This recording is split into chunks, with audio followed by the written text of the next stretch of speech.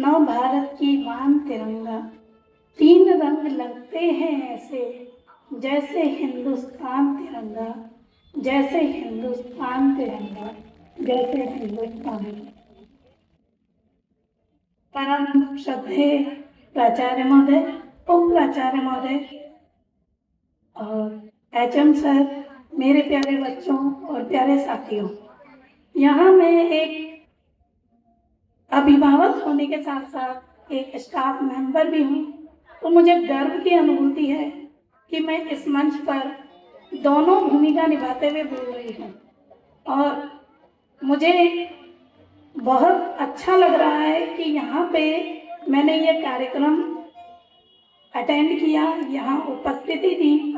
और रही बात आज़ादी की, तो आज़ादी का मकसद ये नहीं है कि आप और हम खुलकर कुछ भी बोलने लगे, मर्यादा में रहकर हम सब कार्य करें तो बेहतर है। और आज़ादी हमें मिली है तो उसी की वजह से हमें शिक्षा का अधिकार, भोजन का अधिकार और स्वतंत्र रूप से बोलने का अधिकार भी प्राप्त हुआ है। और किसी ने कहा भी है, पराधीन सपने हो सुख नहीं, यानी अगर हम कैद में हैं तो हमें सपने में भी सुख नहीं मिलता। तो ऐसे में हमारे जो वीर जवानों ने आज़ादी की लड़ाई लड़के जो हमें सुहावना आज़ादी वाला जो समा दिया है, आज़ादी की हवा में सांस लेने के लिए जो हमें वातावरण प्रदान किया है, उसके लिए मैं तहे दिल से वीर जवानों का और हमारे पूर्वजों का तहे दिल से धन्यवाद करती हूँ। और धन्यवाद करती हूँ मैं KV3 और KV3 की इस पावन भूमि का, जिसने हमें ये अवसर प्रदान किया। कोटि कोटि धन्यवाद। जय हिंद। नमस्ते सबको। स्वतंत्रता दिवस की सबको हार्दिक शुभकामनाएं। और मैं यही कहना चाहती हूँ, आप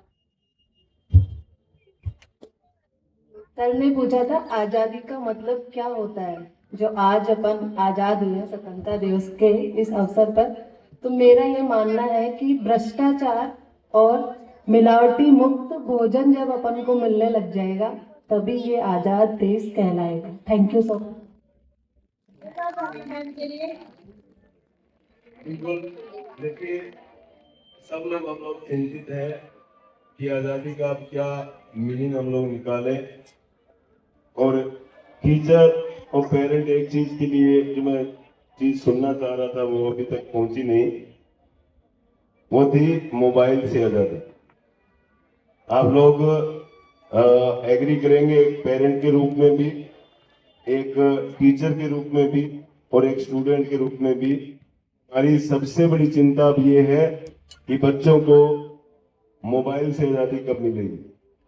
तो हम लोग कोशिश करें कि इस 15 अगस्त के पावन अवसर पर शपथ लें कि हम जितना भी मोबाइल यूज करते हैं, जितना भी डिवाइसेस यूज करते हैं, उनके यूज को कम से कम 1 घंटा कम करेंगे।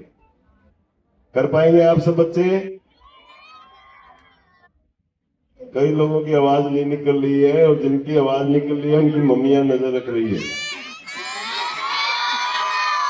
क्या हम लोग अब मोबाइल यूज करना कम करेंगे? तो ये पहली बात तो इन्होंने स्वीकार कर दिया कि यूज कर रहे हैं। आजादी का मतलब देखिए बहुत व्यापक है और हम लोग ऐसे खुले स्टेज से उसको डिस्कस नहीं कर सकते। आजादी केवल इतनी सी है कि हम जो करना चाहते थे संवैधानिक मर्यादाओं में रहकर वो हम लोग कर पा रहे हैं। हमें अब पढ़ने की आजादी है, हमें पढ़ लिख कर आगे बढ़ने की, करियर चुनने की आजादी है। आजादी नहीं थी तो क्या था, थोड़ा सा बताने की कोशिश करता हूं बच्चों के लेवल पे आके कि आजादी नहीं थी तो साउथ अफ्रीका में महात्मा गांधी जब 3rd क्लास के डिब्बे में बैठे थे तब उनको धक्के मार के नीचे उतार दिया गया। ये गुलामी थी। अब आप चाहें, आपके पास पैसे हैं, IRCTC का ऐप है, आप चाहे 1st क्लास का टिकट कराइए, सेकंड क्लास का कराइए, चाहे पैलेस ऑन व्हील्स का कराइए, आप किस धर्म के हैं, किस जाति के हैं, क्या काम करते हैं, क्या आपकी उम्र है, कोई मैटर नहीं करेगा। ये आजादी।